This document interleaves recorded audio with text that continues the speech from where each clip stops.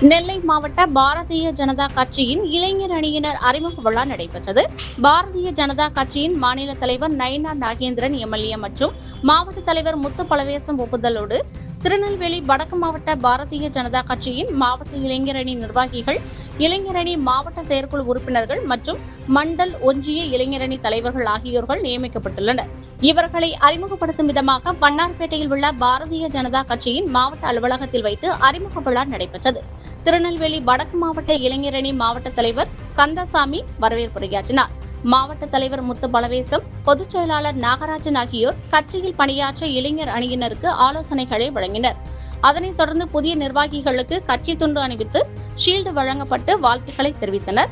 இந்நிகழ்ச்சியில் இளைஞர் அணியினர் மற்றும் பாரதிய ஜனதா கட்சியினர் பலரும் கலந்து கொண்டனர்.